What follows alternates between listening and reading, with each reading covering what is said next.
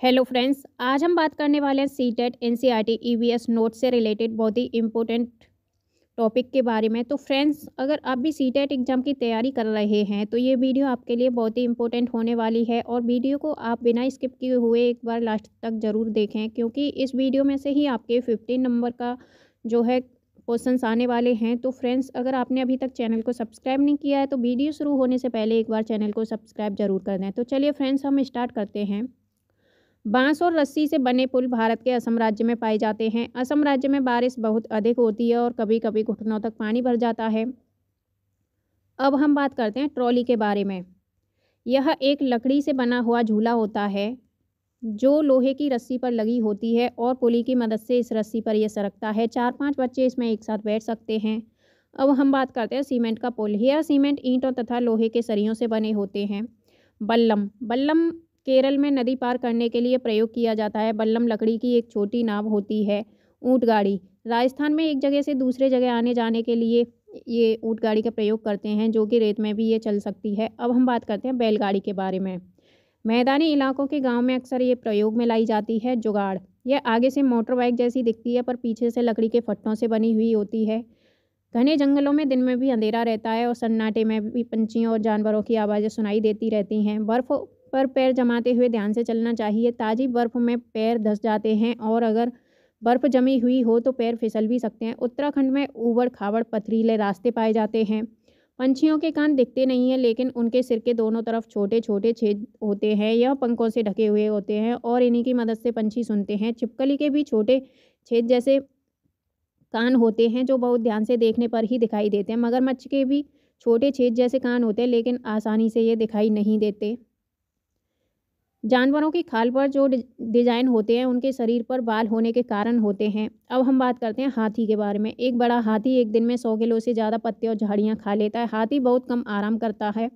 हाथी केवल एक दिन में 2 से 4 घंटे ही सोता है। हाथी को पानी और कीचड़ में खेलना बहुत पसंद है। इससे उनके शरीर को ठंडक मिलती है। हाथी के कान पंखे जैसे होते हैं। गर्मी लगने पर हाथी अपने कान हिलाकर अपने कानों से ही हवा कर लेते हैं। 3 महीने के हाथी का वजन 200 किलोग्राम के आसपास होता है। अब हम बात करते हैं फ्रेंड्स हाथी के झुंड के बारे में। हाथी के झुंड में केवल हथनियाँ और बच्चे ही रहते हैं। झुंड की सबसे बुजुर्ग हथनी ही पूरे झुंड झुंड की नेता होती है। हाथी के एक झुंड में 10 से 12 हथनी और बच्चे होते हैं। 14 से 15 साल तक के हाथी झुंड में रहते हैं। उसके बाद फिर ये झुंड को छोड़ देते हैं। हाथी परेशानी आने पर एक दूसरे की हेल्प करते हैं। अब हम बात करते हैं राजस्थान जोधपुर और खेजड़ली गांव के बारे में। राजस्थान के इस खेजड़ली गांव में खेजड़ी के बहुत पेड़ थे। खेजड़ी गांव के लोग पेड़ों को कटने से बचाने के लिए 300 साल पहले पेड़ों से चिपक कर खड़े हो गए थे। आज 300 साल के बाद भी यहाँ के लोग, जो बिश्नोई कहलाते हैं, पेड़ों और जानवरों की रक्षा करते हैं। रेगिस्तान में होते हुए भी यह इलाका इतना हरा भरा है, जानवर बिना किसी डर के इधर उधर घूमते रहते हैं। अब हम बात करते हैं खेजड़ी के बारे में।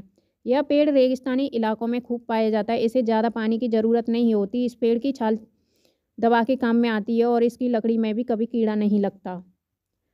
पेड़ की फलियां सब्जी के काम में आती हैं। पत्तियां वहां रहने वाले जानवर खाते हैं और इस पेड़ की छाया में बच्चे खेलते हैं। अब हम बात करते हैं अनीता कुशवाहा, जो कि चमकता सितारा और गर्ल स्टार के नाम से जानी जाती हैं। चमकते सितारे उन साधारण लड़कियों की असाधारण कहानियां हैं जिन्होंने स्कूल जाकर के अपनी ज़िंदगी बदल ली। अब हम बात करते हैं बिहार मुजफ्फरनगर लोचाहा गांव के बारे में। इस इलाके में लीची के पेड़ बहुत पाए जाते हैं। लीची के फूल मधुमक्खियों को लुभाते हैं, इसलिए इस क्षेत्र के लोग मधुमक्खी पालन करके शहद बनाने का काम करते हैं। मधुमक्खी पालन का सरकारी कोर्स भी होता है। अक्टूबर से दिसंबर मधुमक्खी के अंडे देने का समय होता है और मधुमक्खी पालन शुरू करने का उपयुक्त समय भी ये माना जाता है। लीची के फूल फरवरी में खिलते हैं। मधुमक्खी एक बक्से से 10 किलो शहद प्राप्त होता है। मधुमक्खी का छत्ता। हर छत्ते में एक रानी मधुमक्खी होती है जो कि अंडे देती है। छत्ते में कुछ नर मधुमक्खी भी होती हैं जो काम छोड़कर और कोई काम नहीं करते जो एक काम को छोड़ के और कोई काम नहीं करते। छत्ते में बहुत सारी काम करने वाली मधुमक्खियाँ भी होती हैं। यह दिन भर काम करती हैं। शहद के लिए फूलों का रस भी ये ढूंढ के लाती हैं। जब किसी मधुमक्खी को रस मिल जाता है तो वह एक तरह का नाच यानी डांस करती हैं, जिससे दूसरी मधुमक्खियों को पता चल जाता है कि रस कहाँ पर है। काम करने वाली मधुमक्खियाँ इसी तरह से शहद बनाती हैं। छत्ता बनाने का काम भी इन्हीं का होता है। अब हम बात करते हैं बच्चों को पालने का काम भी इन्हीं बेचारी काम करने वाली मधुमक्खियों का होता है। रानी मक्खी तो केवल अंडे देती है। चींटियाँ, दीमक और ततैया। चींटियाँ भी मिलजुल कर रहती हैं। चींटियों का काम बटा हुआ रहता है। रानी चींटियाँ अंडे देती हैं। सिपाही चींटियाँ बिल का ध्यान रखती हैं। काम करने वाली चींटियाँ भोजन ढूंढ के बिल तक लाती हैं। दीमक और ततैया भी समूह में रहते हैं। गांधीधाम अहमदाबाद, वलसाड़ ये गुजरात में है। कोझिकोड केरल, मडगांव गोवा और लाल मिट्टी। गोवा से केरल तक के रेल के रास्ते में 92 सुरंगें और 2000 पुल हैं। मलयालम, कोंकणी, मराठी, गुजराती, कन्नड़ ये भाषाएं। मलयालम में माँ की बड़ी बहन को बलियम्मा कहते हैं। माँ की माँ को अम्मू माँ कहते हैं। केरल में पानी के इधर से उधर जाने के लिए फेरी का इस्तेमाल किया जाता है। आंध्र प्रदेश में लोगों का एक समूह विशेष कैंप लगाता है। इस कैंप के द्वारा कम उम्र की शादीशुदा लड़कियों को फिर से स्कूल भेजने में मदद की जाती है। कबड्डी खेल में छेड़गुड़ू, हुतूतू, हा डू डू छू, किट किट, कबड्डी की आवाज़ें ये सभी निकाली जाती हैं। कर्णम मल्लेश्वरी आंध्र प्रदेश की रहने वाली एक वेट लिफ्टर हैं। अब वह 130 किलोग्राम तक वजन उठा लेती हैं। भारत के बाहर कर्णम मल्लेश्वरी ने 29 मेडल जीते हैं। इनके पिताजी पुलिस में हवलदार हैं। उत्तराखंड में पहाड़ों के बीच में फूलों की घाटी स्थित है। अब हम बात करते हैं मधुबनी के बारे में। बिहार में मधुबनी नाम का एक जिला है। त्योहारों एवं खुशी के मौक़ों पर वहाँ घर की दीवारों पर और आंगन में खास तरह के चित्र बनाए जाते हैं। यह चित्र पिसे हुए चावल के घोल में रंग मिलाकर के बनाए जाते हैं। इन रंगों को बनाने के लिए नील, हल्दी, फूल, पेड़ों के रंग आदि का इस्तेमाल किया जाता है। इन चित्रों में इंसान, जानवर, पेड़, फूल, पंछी, मछलियाँ आदि जीव जंतु साथ में बनाए जाते हैं। उत्तर प्रदेश में कचनार के फूलों की सब्जी बहुत बनाई जाती है। केरल में केले के फूलों की सब्जी प्रसिद्ध है। महाराष्ट्र में सहजन के फूलों के पकौड़े बनाए जाते हैं। गुलदावरी जीनिया से रंग भी बनाए जाते हैं। उन रंगों से कपड़ों को रंगा जाता है। उत्तर प्रदेश का कन्नौज जिला इत्र के लिए मशहूर है। उत्तर प्रदेश के कन्नौज जिले में फूलों से इत्र, गुलाब जल और केवड़ा तैयार किया जाता है। डेरा गाजी खान पाकिस्तान में है। मिट्टी में गोबर मिलाने से मिट्टी में कीड़ा नहीं लगता है। लकड़ी को दीमक से बचाने के लिए नीम व कीकर की लकड़ियां फ्रेम बनाकर बिछा दी जाती हैं। सोहना गांव हरियाणा। सोहना से दिल्ली जाने में रास्ते में गुड़गांव मिलता है। पानी को साफ करने का सबसे अच्छा तरीका है पानी को उबाल लेना। बेलवनका गांव कर्नाटक में है। जुलाई के महीने में प्याज उगाने का काम शुरू होता है। खूंटी की मदद से खेत की मिट्टी को नरम किया जाता है। कर्नाटक में हल को कुरेगे कहा जाता है। कुछ पौधे बिना बोए खेतों में अपने आप ही हो जाते हैं, जिन्हें खरपतवार कहते हैं। खरपतवार को खेतों से निकालना जरूरी होता है, नहीं तो सारा खाद पानी खरपतवार ही ले लेते हैं और फसल कम होती है। अगर प्याज को समय से न खोदा जाए तो वह जमीन के अंदर ही सड़ जाएगी। कर्नाटक में हसिया को इल्गे कहा जाता है। अब हम बात करते हैं गिजुभाई बधेका के बारे में। गिजुभाई भारत के गुजरात में रहते थे और वह बच्चों के लिए मज़ेदार किस्से, कहानियाँ और पत्र लिखा करते थे। अब हम बात करते हैं पंछियों के बारे में। कलचिड़ी, इंडियन रोबिन पंछी। कलचिड़ी के घोंसले में पौधे की नाजुक टहनी, जड़ें, ऊन, बाल, रुई ये सब बिछा होता है। कलचिड़ी की चोंच अंदर से लाल होती है। कलचिड़ी छोटे छोटे कीड़े खाती है। कोए के घोंसले में लोहे के तार और लकड़ी की शाखाएं जैसी चीज़ें भी होती हैं।